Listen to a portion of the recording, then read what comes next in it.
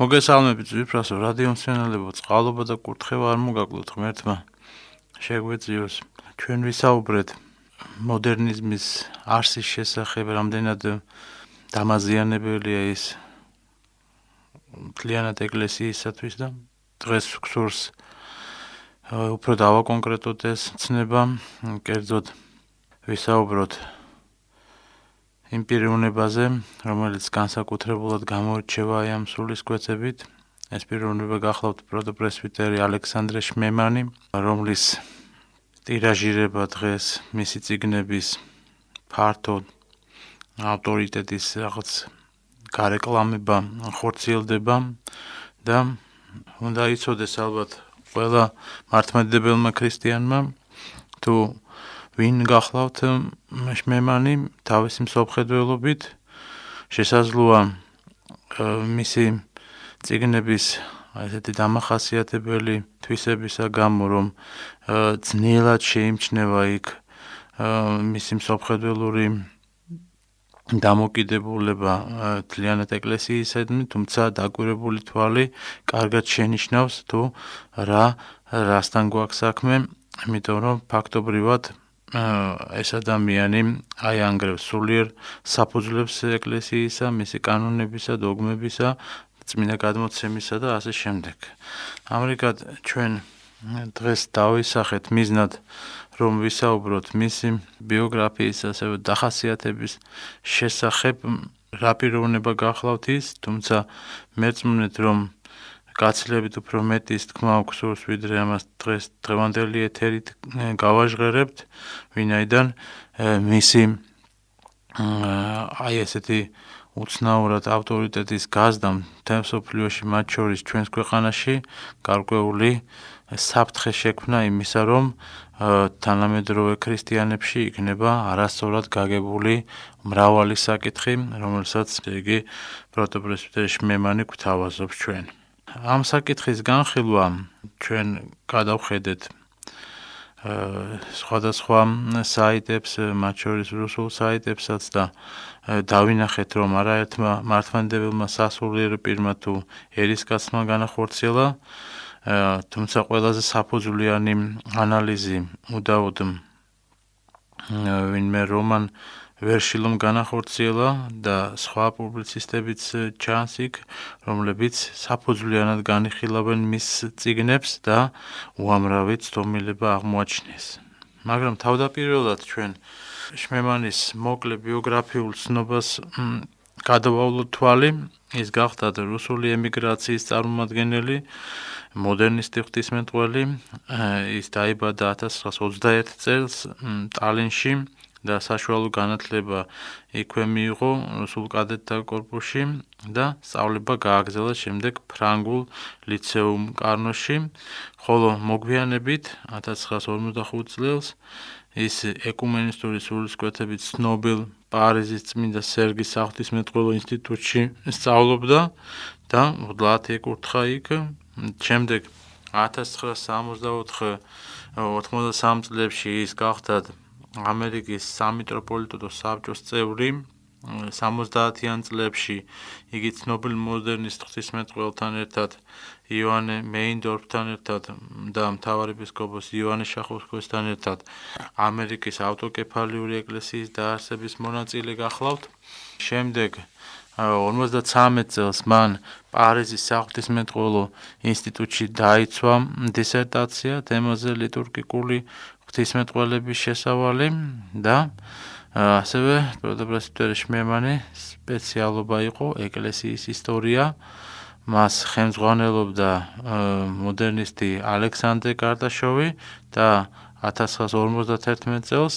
შმემანი ნიუ-იორკის წმინდა ვლადიმერის სემინარიის დოცენტი გახდათ და ეკლესიის ისტორიისა და ლიტურგიკის კათედრაზე მოღვაწეობდა. შემდეგ ცნობილია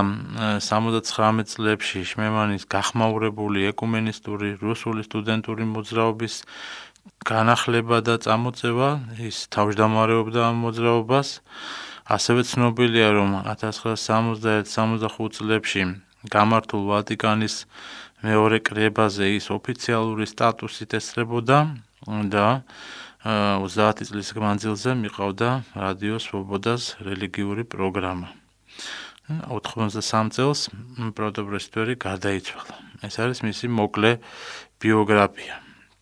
ეხლა რაც შეეხება მის დახასიათებას და მის სოფხედველობას, გაცილებით უფრო მტკივნეულ თემასთან გვიწევს შეხება. პროტოპრესვიტერი შმემანი სოფხედველობის განხილვის მისი თქვათ პიროვნების დახასიათება არის საკმაოდ რთული მომენტი და იმიტომ რომ ის ძალიან ოსტატურად ახერხებს თავისი იდეოლოგიის შენიღბას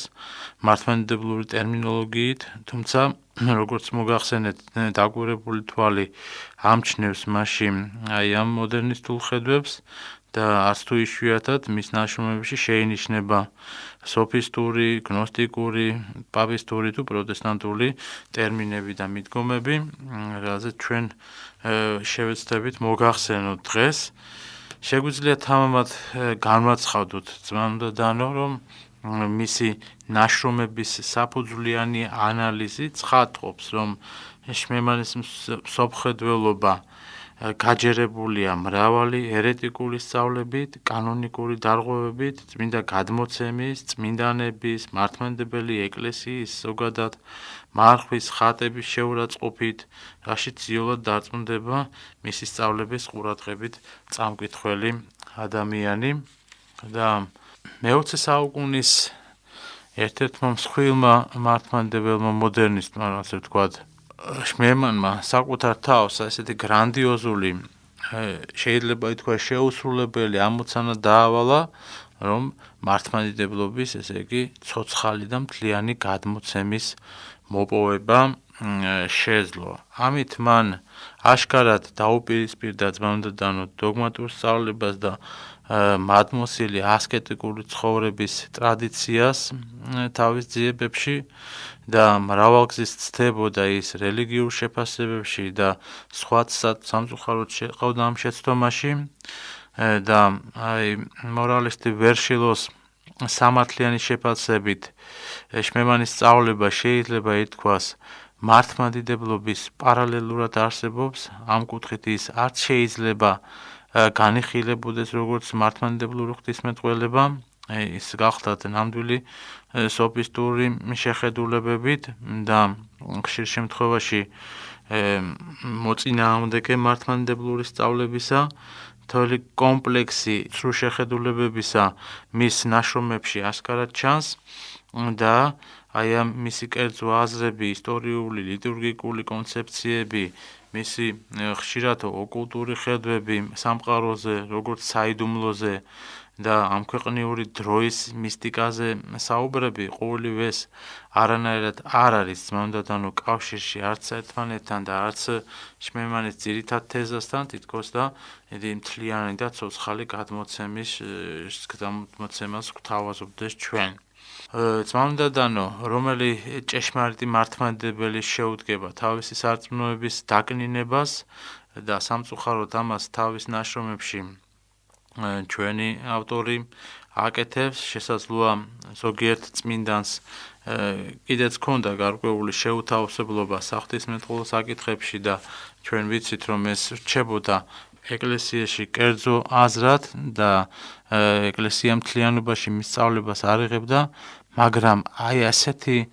შეფასებების გაკეთება, როგორცაც ახორციელებს შმემანი დოგმატურ სწავლებასა და წმინდა გადმოცემასთან მიმართებაში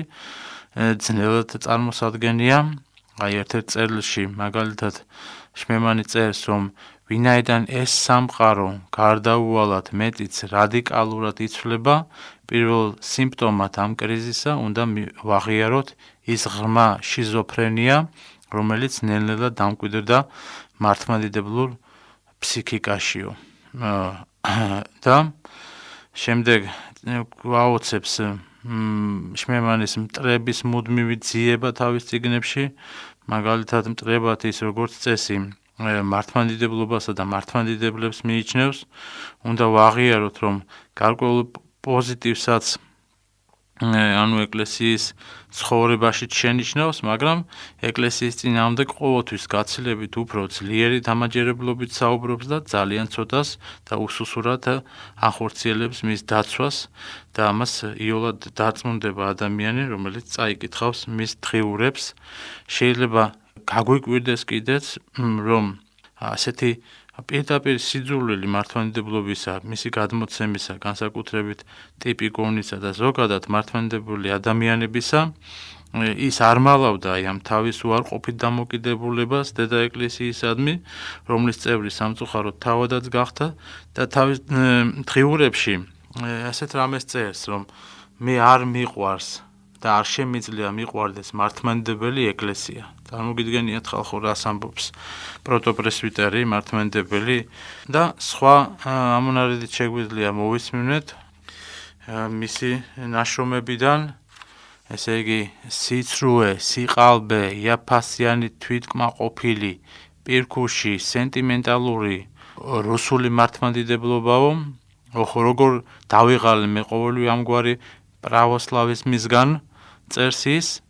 შეიძლება მსმენელს დარჩეს ესეთი შთაბეჭდილება, რომ შმემანი მაგალითად რუსულ ნაციონალიზმთან გააიგივებს მართლმადიდებლობასო, მაგრამ შემდეგ განაგრძობს ესეთ ციტატას, რომ აი ამ ბიზანტიით, რუსეთით, სულიერებით, ეკლესიით, ეკლესიურობით, ამ კეთილსინდისიერებით მე სულ უფრო ძლიერ არ მიყვარს ბიზანტია, ძველი რუსეთი, ათონი, ანუ ყველაფერი ის, რაც ყველასათვის არის სინონიმი მართლმადიდებლობისაო, წერს. შემდეგ ასეთ ამასაც ამბობს, რომ სურვილი მაქვს როგორმე გავექცე ამ მართლმადიდებლობას და უაზრო ცერემონიებს. ეს არის მანდატანო ეგრეთ წოდებული დნევნიკების მითითება, პროტოპრესვიტერ შმემანისა დღიურებით ცნობილი გამოცემა გახლავთ და რომელშიც აი ამ ასეთ სულისკვეთებას ნახავთ თქვენ 237 გვერდებზე, 331 გვერდზე, სხვა გვერდებზეც. და ყურადსაღებია, რომ შმემანის ნაშრომები ტელიარხ საიუზის მიერ ეთერში მიმოიხილა მოსკოვის სასულიერო აკადემიის პროფესორმა, თავადმოდერნისტმა და ღვთისმეტყველმა ალექსანდრე ოსიპოვმა და ის ასეთ რამეს ამბობს, რომ ესე იგი შმემანი შეიძლება ითქვას ძალიან ნიჭიერია, მაგრამ სამწუხაროდ ძალიან შორსაა სულიერი ცხოვრების გაგებისაგან. იგი თავის დღიურებში პირდაპირ წერს, მე არ შემიძლია აი ამ ბრიანჩანინოვების და თეოფანი დაყუდებულების მიღება და გათავისებაო. რაზეა საერთოდ საუბარი, როდესაც წმინდა ეგნატე ბრიანჩანინოვი და თეოფანი დაყუდებული მართლმადიდებელი ეკლესიის მიერ მიიჩნევიან როგორც უდიდესი ღვთისმეტყველები და არა მარტო რუსეთის მაგალითისთვის რუსეთის წმინდანებად, ანუ კერძო წმინდანებად, როგორც შეიძლება ზოგიერთმა წარმოიდგინოს ის. შმემანის შრომებს უფრო ღრმა ანალიზი გაუკეთა სხვა პუბლიცისტებმაც, როგორც მოგახსენეთ, მაგალითად უკრაინელმა იგორ დროზმამ აღნიშნა, რომ ესე იგი პროტოპრესვიტერ შმემანის ბუნდოვანი და ორაზროვანი წიგნები არ შეესეტყვისებიან სახარებისეულ სიტყვას, სულისკვეთებას, წმინდა მამათან ნაშრომებს, სადაც ყველგან ზუსტად და ცხადად არის განსაზღვრული ცოდვა, ცოდვის არსი, მკაფიოდ არის გამიჯნული ნათელი ბნელისაგან, ცოდვა მადლისაგან და სადაც საუბარია ჯოჯოხეთსა და მისაგებელზე და შმემანის წიგნებში ეს ცნებები და სიტყვები უკუგდებულია საერთოდ, თითქოს და საერთოდ ეს ცნებები არ არსებობდეს. შმემანი ფაქტობრივად ძმანდა დანო ჭეშმარიტების გაგების შეცვლას ცდილობდა, ურთიერთ გამომრიცხავი, ხშირ შემთხვევაში ალოგიკური თეზისების მოიხმობდა და გმობდა ხშირად მარხვას, ლოცვას, წმინდანებს, მოღვაწეებს და ამხსარებლებს, რაზეც კიდევ მოგახსენებთ, დელ ალექსანდრეს წიგნებში, აი ამ განსაკუთრებით კი მის დღიურებში, მხოლოდ იმიტომ კი არ წარმოადგენს მანდადონო მისი აი ეს წიგნები საფრთხეს რომ აშკარად ცილს წამებს ეკლესიას და რომ ეკლესიაში დამანგრეველი რეფორმების გატარებას სურს. არამედ იგი ცდილობს ჭეშმარიტების როგორც ასეთის უარყოფას და სურს ეს ოსტატურად არიოს შეეზავოს ერთმანეთში სიცრუე და სიმართლე, ჭეშმარიტება და ერესი და ყველა წიგნი არის ესეთი სიკეთისა და ბოროტების მტკიცე კრიტერიუმების წინააღმდეგ მიმართული ბრძოლა. და შმემანის ეს ყველა ანტიეკლესიურ გამონათქვამს ხშირ შემთხვევაში საფენად ადებს ესეთი სიტყვები, რომ შესაძლოა, ალბათ, ეთყობა, როგორ ჩანს, ანუ ის ცდილობს, რომ არ დააკონკრეტოს მანდადანო თავისი მსოფლმხედველობა მკაფიო, თუმცა ამავე დროს ცდილობს, რომ რამენაირად კიდეც შეიტანოს ეს თავისი ცოცხალი რელიგიური გამოცდილება, როგორც თავად ბრძანებს თანამედროვე მართლმადიდებლურ ღვთისმეტყველებაში. საფუძვლიანი დახასიათება თავის დროზე გააკეთა ჩვენთვის ძალიან პატივცემულმა მღვდელმონაზონმა სერაფიმე როუზმა და მისი ანალიზი შემოგთავაზა შემდეგ თავის წიგნში მღვდელმონაზონმა დამასკინოსმა ცნობილ წიგნში ნიატმირასივო და აი იქ ესეთი რამე წერს, რომ მამა სერაფიმე როუზი იყო, ესე იგი, გარემოში მოუწია მას ცხოვრება, სადაც ეს მეცნიერთა და ფილოსოფოსთა შორის წმინდა მამათა შესახებ მსჯელობა უკვე თითქოს და მოდაში შემოვიდა. ეს თემა, ეგრეთ წოდებული პარიზული სკოლა და ახალი თაობის წარმომადგენლები, რომლებიც იყვნენ ძალიან ბევრი ემიგრირებული რუსეთიდან და რუსული ინტელიგენციის წარმომადგენლები, როგორებიც იყვნენ მაგალითად ბერდიაევი და მრავალი სხვა ბულგაკოვი და სხვა და მათ შორის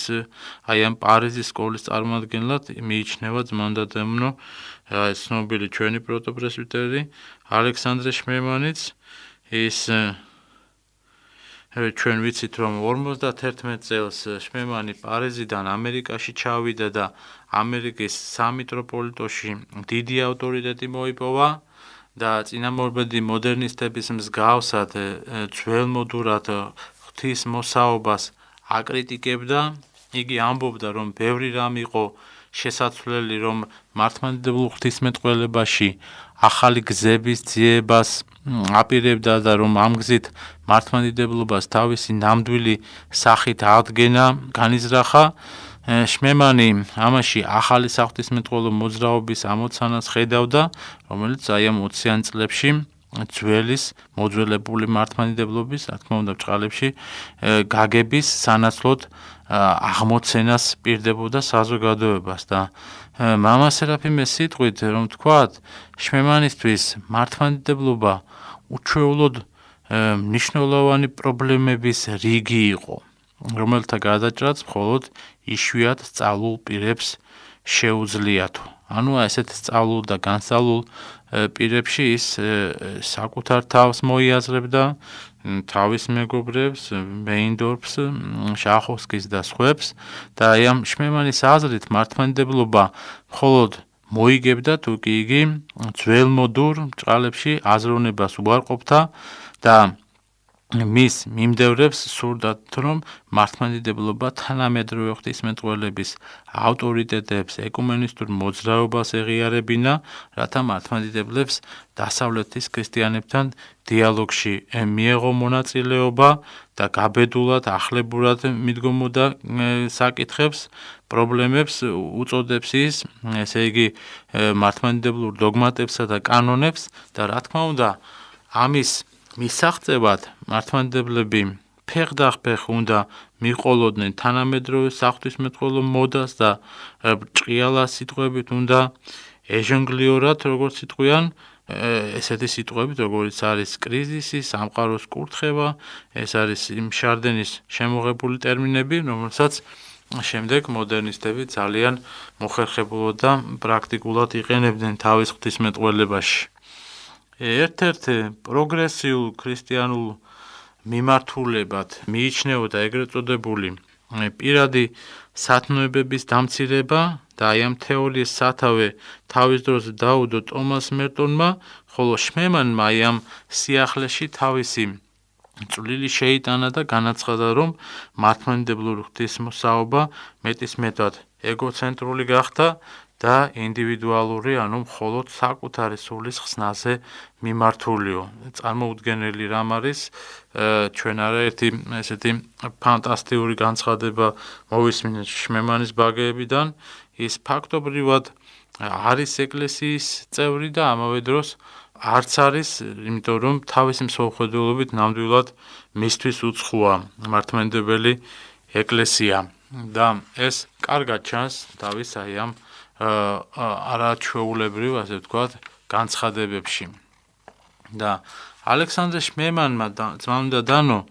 მართლმადიდებლური ღვთისმეტყველების თავად არსიც კი გააკრიტიკა. და იგი აი ამ პროტესტანტული შეხედულებებიდან უფრო გამოდიოდა, ვიდრე მართლმადიდებლობიდან და თუმცა ამტკიცებდა, რომ ლიტურგიკაში დასავლურ გავლენას გაურბოდა, სინამდვილეში აი ამ არამართლმადიდებლურ დასავლურ წყაროებს ეყრდნობოდა ხშირად,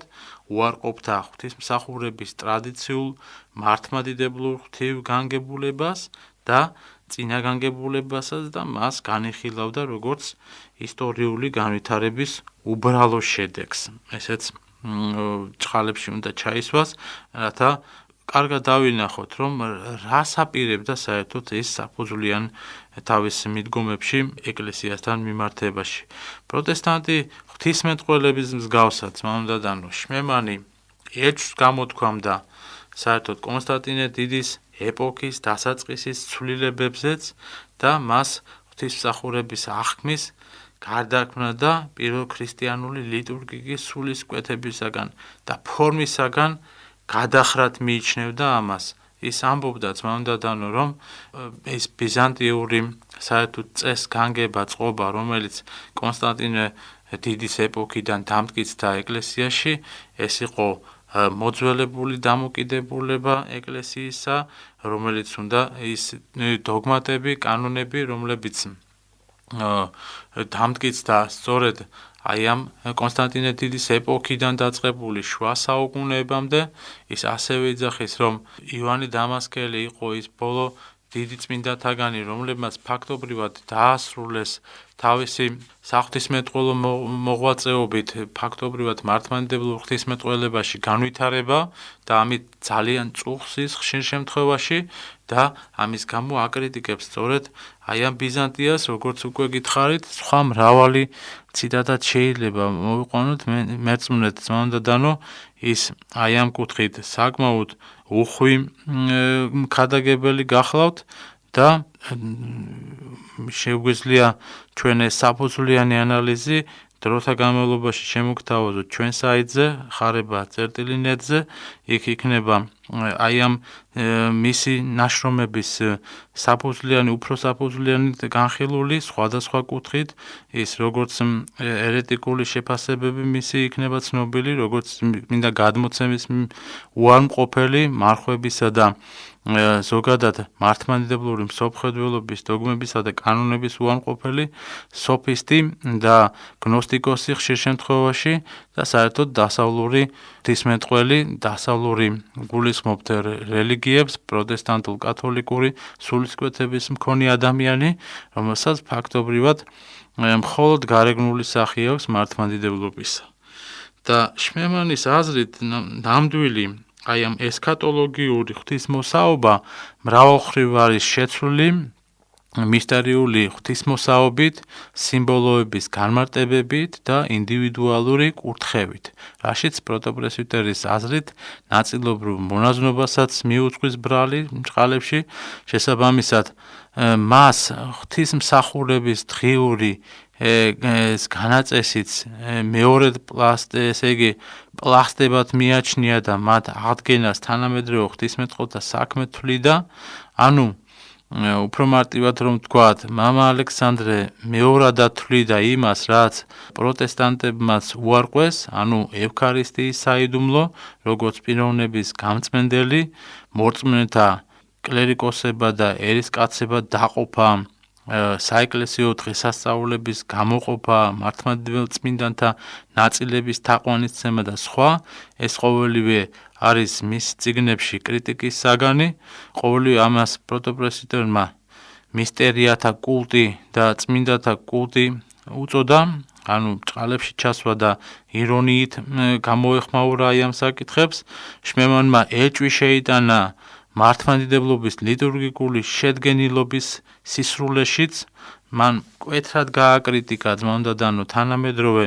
ლიტურგიკული ღვთისმოსაობა და განაცხადა, რომ ეკლესია ლიტურგიკულ კრიზისში იმყოფებაო, რაც ნამდვილად უნდა ითქვას უფრო კათოლიკურ სამყაროზე და პროტესტანტულზე, სადაც ღვთისმსახურება ფაქტობრივად აღარ არსებობს, მხოლოდ ფორმაა შემორჩენილი და შედეგით სახეზე აქვთ, უნდა დავინახოთ ეს აუცილებლად, რომ აღარ დადის დასავლეთში ხალხი იმდენად ეკლესიაში და უფრო მეტად გართობისკენ და სეკულარული ცხოვრებისკენ არის მიმართული. გასაკვირი აღარაა, რომ აი ამ შმემანის წიგნებს მაღალ შეფასებას აძლევენ არამართლმადიდებელი ღვთისმეტყველები და ხოლო ავტორიტეტული მართლმადიდებელი ღვთისმეტყველი, როგორიც იყო მიხეილ პამაზანსკი, ასე აფასებს შმემანის ცნობილ წიგნს „ვედენიე ლიტურგическое богословие“, რომ შმემანმა ხარკი გადაუხადა მეთოდს, რომელიც სრულიად გაბატონებულია თანამედროვე მეცნიერებაში, მან გვერდით გაწია უარყო მადლმოსილების იდეა, საღვთისმსახურო წესგანგების შექმნელთა წმინდანობის აზრი და მთელი რიგი მიზეზ შედარებით შემოიფარგლა და მამა სერაფიმე როუზი წერდა ესეთ რამეს, რომ შმემანი მზად არისო გადაწეროს ტიპიკონი საღვთისმსახურო თანამედროვე ისტორიული შემეცნების შუქზე, მოკლედ რომ ვთქვათ, მისი აზრით ღვთისმსახურება დაბალი სულიერების მქონე ადამიანების დონეზე უნდა შეესაბამებოდესო და შმემანი კი ცეცხლის ალში ეხვევაო. მამა გერმანე და მამა სერაფიმე, ეს იყვნენ თანამოღვაწეები, გულის ტკივილით უყურებდნენ აი ამ შმემანის მიერ ამერიკული ეკლესიის შექმნის მცდელობას, რამე თუ ამერიკას არა აქვს ძმაუნდადანო, ვიცით ჩვენ ღრმა მყარი მართლმადიდებლური საფუძვლები, ამდენად აი ამ ცოცხალ ტრადიციასთან კავშირის გაწყვეტა, რა თქმა უნდა, იქნებოდა დამღვიპელი და მით უფრო როდესაც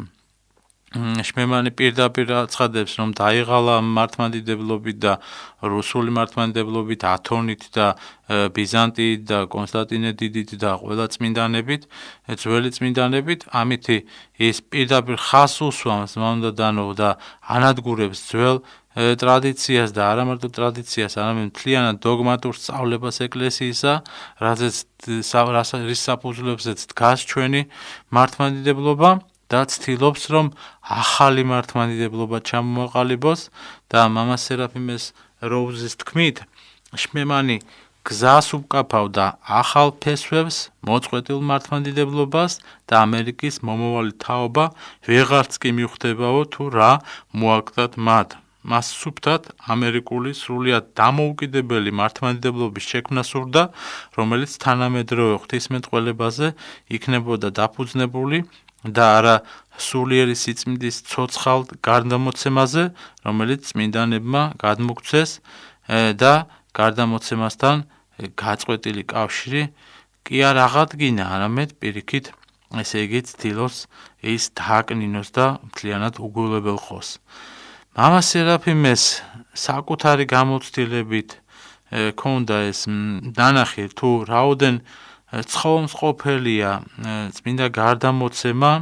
ის რომ არა იგი ვერ ეზიარებოდა აი მართლმადიდებელი ცხოვრების ყველაზე სანუკვარ, რისთვისაც როუზმა ყოველივე ამომსოფლიური, ამქვეყნიური დაუტევა, როგორც ცნობილია, მან ჭეშმარიტების სიყვარულით უარი თქვა საერო კარიერაზე, მიატოვა მეცნიერება, რომელიც სხვადასხვა თეორიით იყო გაჯერებული, ახლა კი იგივეს გადააწყდა ძმაუნდადანო უკვე მეცნიერებით კი არა ერთობოდნენ, არამედ მისთვის ყველაზე უძვირფასესი მართლმადიდებლური ქრისტიანობით, როუზი წერდა ესეთ რამეს, რომ აწინდელი ღვთისმეტყველებით ცდილობენ, რომ ჯერ მოიპოვონ თავიანთი კვლევის საგანი, ხოლო შემდეგ კი უფრო მარჯვეთ, ესე ვთქვათ, ჭყალებში შესასწავლად მას გამოშიგნავენ და ხშირად მათი დისკუსიების საღვთისმეტყველო ტერმინებით ჟანგლიორობადაც იწყებენო. და ეს მართლაც ესე იყო შმემანის ღვთისმეტყველებაში, მის მნიშვნელობას არ ანიჭებდა ის მართლმადიდებელი ტრადიციის ცოცხალ მემკვიდრეობას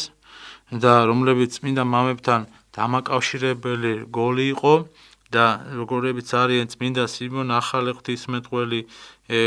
და გრიგოლ პალამა თუ სხვა უდიდესი მამები, რომ მხოლოდ მათი შემწეობით არის შესაძლებელი აი ამ წმინდანებთან ურთიერთობის და კავშირის. მამა სერაფიმემ ახალი თაობის ღვთისმეტყველთა მაგალითზე ნახა თუ რაოდენ საშიშია მათი შეხედულება, ვიც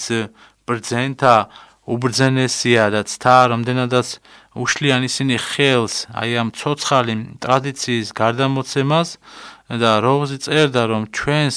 არეულ დროში, როდესაც მაუწყებელ მქადაგებელთა მთელი წყობა გამოდის, მთავარია მიხვდე თუ რომელ მათგანს უნდა ენდო. აი ეს არის მთავარი სათქმელი დღესაც, რომელია ნამდვილი მართლმადიდებელი. მართლმადიდებლობის შესხმა და ბრძოლა ცოტას ნიშნავს, თავადვე უნდა განიმსჭვალო აი ამ ძირძველი ტრადიციებით და ეს ყველაფერი თავიდან კი არ უნდა აღმოაჩინო, არამედ თანამედროვე სემინარიებსა და აკადემიების ლექციებზე, არამედ ეს მიიღო უნდა უშუალოდ წმინდა მამათაგანო. და ის შმემანი კი სიტყვით მაღლა აყენებდა თითქოს აი ამ მართლმადიდებლურ ტრადიციას, მონაზნობას, მაგრამ საქმით არ ცნობდა მას და პირდაპირ ნაკლსაც უწოდებდა ის ღვთისმეტყველებაში და გადმოცემაში აი ამ გამოვლინებას და ღვთისმოსაობისა და საეკლესიო ტრადიციების დამღუპველი გავლენის გამო მისი წმენით მონაზნური ღვაწლი საერო მართლმადიდებლობასთან წინააღმდეგობაში მოდისო იძახოდა. შმემანს არ ესმოდა, რომ ერისკაცებს ჭეშმარიტი ქრისტიანობისაკენ სწორედ მონაზნობა უბიძგებდა და თავისი ტრადიციებით მამა სერაფიმე როუზი წერდა ასევე, რომ საეკლესიო ღვთისმსახურება მონასტრული მსახურების სახით არის აგებული, რადგან სწორედ მონაზონმა გამოხატეს ნათლად გამოხატავს იმ იდეალს, რასაც მთელი ეკლესია ესწრაფვისო. და ყოველ დროში სწორედ მონაზნობის მდგომარეობა განსაზღვრავდა ყველაზე მეტად როგორც მთლიანად ეკლესიის, ასევე ნებისმიერი ცალკეული ეკლესიის სულიერ სიჯანსაღეს და შესაბამისად, რაც უფრო ძლიერ ესწრაფვის მრევლი აი ამ სამონასტრო მსახურების იდეალისკენ, მით უფრო მაღალია იქ, ესე იგი, ჩატარებული მსახურების სულიერება. და სწორედ აი ამ სულისკვეთებას, ამის საპირისპირო დამოკიდებულებას ვხედავ ჩვენ შმემანის ნაშრომებში. ის ერთ-ერთ წერილში პირდაპირ წერს, რომ იყო ერთ-ერთ მონასტერში, სადაც დაინახა ყველაფერი მართლმადიდებლური პოზა, სიარული,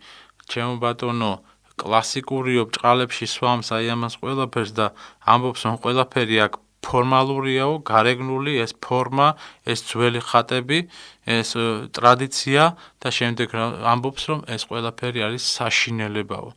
ძმაო დანო, რა შეიძლება ითქვას ასეთ ადამიანზე, ჩვენ დიდი გულის ტკივილით ვამბობთ ყოველივე ამას, ვინაიდან საქმე გვაქვს არა ვინმე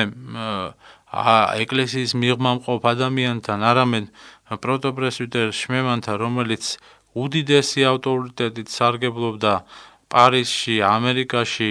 რუსეთშიც, შემდეგ მისი ავტორიტეტი გავრცელდა და დღესაც დიდი რეკლამირებით იბეჭდება მისი წიგნები და სტატიები ჩვენ ჟურნალ-გაზეთებში და გამოიცემა სქელი ტირაჟებით, ტომებით მისი წიგნები. ეს ყველაფერი ჩვენ გვაშინებს იმ კუთხით, რომ არ შეიძლება ამისი დაშვება და აი ამ ჩვენი საუბრით შევეცადეთ, რომ გარკვეული წარმოდგენა შეგვექმნეს ჩვენ პროტოპრესვიტერზე, უფრო სწორად გავაბათილოთ მის სახელთან ასოცირებული მითი, როგორც დიდი ღვთისმეტყველისა, რომელიც ბოლო წლებში შეიქმნა არა მარტო საქართველოში, არამედ მთელ მსოფლიოში, ერთი სიტყვით პროტოპრესვიტერი შმემანის სახით ხორციელდება ძმაუნდადანო პროფესიონალური ინფორმაციული შეტევა ეკლესიაზე, მან ნამდვილად ბევრი მცდარი სწავლება სიახლე შემოიტანა მე-20 საუკუნის ღვთისმეტყველებაში და სავალალო მდგომარეობა, როდესაც მართლმადიდებელი სასულიერო პირი თან დიდი ინტელექტუალური და დიდი ღვთისმეტყველი, როგორც არის მიჩნეული ბჭყალებში, რა თქმა უნდა, უპრობლემოდ შეურაცხყოფს დედა ეკლესიას და ამავე დროს რჩება მის გამოჩენილ ღვთისმეტყველად. პარადოქსია და დიდი ხანია დადგა დრო გაბათილდეს ეს დიდი ღვთისმეტყველის, ესე იგი, მითი ჩვენს ქვეყანაშიც და საერთოდ ზოგადად მართლმადიდებლურ სამყაროში. ჩვენ არაერთი საუბარი გავმართეთ აი ამ თემებზე, კონკრეტულად შმემანზე დღეს ერთხელ ვისაუბრეთ, მაგრამ სხვადასხვა კუთხით მერწმუნეთ, რომ აი ეს სულისკვეთება გაჯერებულია თანამედროვე ღვთისმეტყველებაში და სულ უფრო და უფრო იკიდებს ის ფეხს, სულ უფრო და უფრო ავიწყდება ხალხს რა არის ჭეშმარიტი მართლმადიდებლური სწავლება, რომ ძველი ტრადიცია ეს არ არის უბრალოდ ტრადიცია და ფორმა, არამედ ეს იყო ცხოვრება და სულისკვეთება, რომლითაც იზრდებოდა თაობები და მართლმადიდებლობა თავისი სულისკვეთებით აი ამას წარმოადგენს. სწორედ აი ძველ წმინდა მამებზე დაყრდნობით ვართ ჩვენ თუ ვართ და არა თანამედროვე მე-20 საუკუნის პარიზული სკოლის ღვთისმეტყველთა თხზულებებზე და წიგნებზე გაზრდილით თაობები, რა თქმა უნდა, უკვე დამახინჯებულ სარწმუნოებას მიიღებენ, რაც იქნება ძალიან დამღუპველი და ამიტომ დროულია დღეს ყველა მართლმადიდებელმა ქრისტიანმა თავისი წვლილი, თავისი შესაძლებლობის და მიხედვით შეიტანოს აი ამ საქმეში, რათა საბოლოო ჯამში არ მოხდეს მათი გადგმა ჩვენს ქვეყანაში და დამკვიდრდეს და მხოლოდ მართლმადიდებლური ჭეშმარიტება. დაგლოცოთ ღმერთმა წყალობა და კურთხევა არ მოგაკლოთ.